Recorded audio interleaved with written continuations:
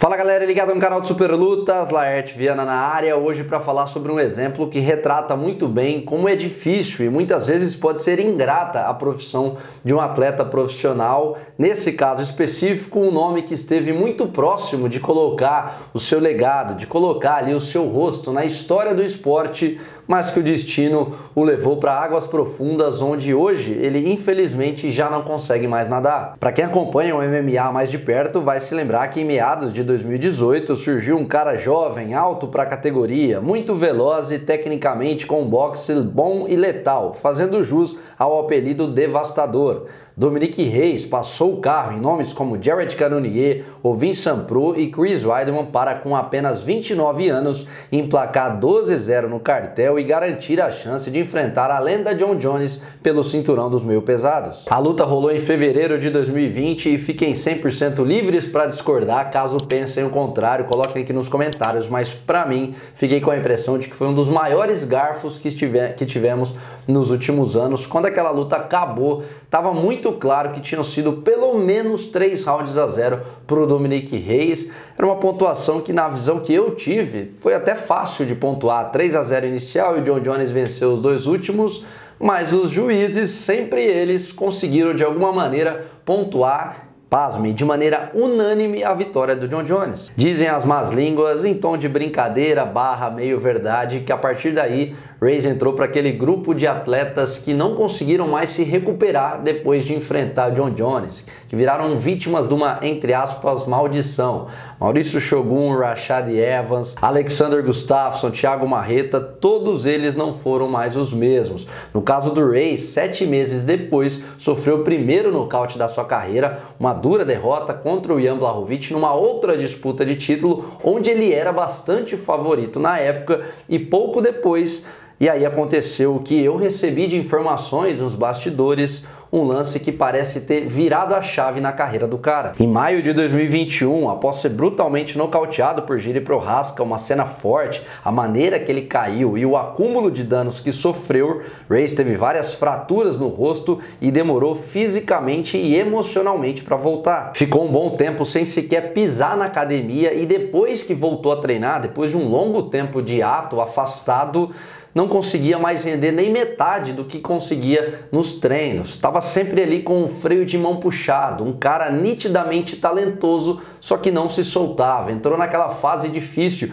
onde o medo de perder passou a ser maior do que a vontade de vencer. O retorno demorou quase 1 ano e meio para acontecer, e quando o UFC anunciou que ele enfrentaria o Ryan Spann, esse último card que rolou sábado passado em Nova York, a primeira coisa que eu pensei foi, bom, o UFC tá dando aquela velha disfarçada, né? Aquela ajudinha por baixo dos panos, entre aspas, porque o Ryan Spann é um cara duro, né, nocauteador, tem o seu valor, é ranqueado, só que claramente tem brechas exploradas pelos caras do topo. Ele sempre brecou quando bateu lá em cima. O Dominique Reis, que estávamos acostumados a assistir, não teria muitas dificuldades para passar pelo Ryan Spann. Até cheguei a falar isso nos bastidores, no hotel, durante essa Fight Week, com um dos treinadores do Reis, e ele me falou algo que me ligou um alerta. O cara disse que estavam confiantes, obviamente acreditavam na vitória do pupilo, mas que servia também meio que como um termômetro. Se não passasse pelo Spann, poderia ser o fim da linha para ele na elite do UFC. Numa tradução bastante clara, era o famoso vai ou racha, e o que vimos, a resposta que tivemos, foi bastante cruel, né? Nocauteado ainda no primeiro round de maneira brutal, estatelado no chão. E uma certeza, né? Encerrou qualquer dúvida. Aquele Dominique Reis que chegou impressionando a categoria e que para muitos um dia seria campeão do mundo, definitivamente não existe mais. Se repararem a maneira até que ele foi golpear, estava meio bizarro, todo aberto, de olho fechado, bastante lento. A leitura corporal era clássica de quem não se sentia confortável naquela situação. Se na nossa rotina normal a mente já é de suma importância para controlar a maneira que vamos nos portar e produzir no nosso trabalho, imagina quando a sua profissão é ser trancado numa jaula contra um outro cara que quer arrancar sua cabeça. Se você não estiver confiante, meus amigos, esquece. Fatalmente o preço será cobrado. Até acho que apesar das 4 derrotas consecutivas consecutivas, ele pode receber uma outra chance do UFC pelo seu histórico, é um cara relevante, só que eu tenho sinceras dúvidas, infelizmente, de enxergar um cenário positivo onde ele possa se recuperar desse drama, desse acúmulo de traumas sofridos. O próprio Daniel Cormier disse que sugere que o Dominic Reyes pendure as luvas. Sempre falo por aqui que eu não gosto muito dessa questão de falar quando o lutador deve parar, se aposentar ou não, porque isso é muito particular. Eu não tô vestindo os sapatos do cara, não sei se ele tem um outro talento, um outro emprego, uma outra maneira de sustentar a família, ainda mais no caso do Reyes, que é muito jovem, tem só 32 anos. No entanto, é 100% compreensível a preocupação com a saúde do cara, que está acumulando traumas e danos contra lutadores que pesam mais de 100 quilos. Os perigos, os impactos são proporcionalmente maiores. Talvez pedir as contas, respirar novos ares, recomeçar por baixo em outro evento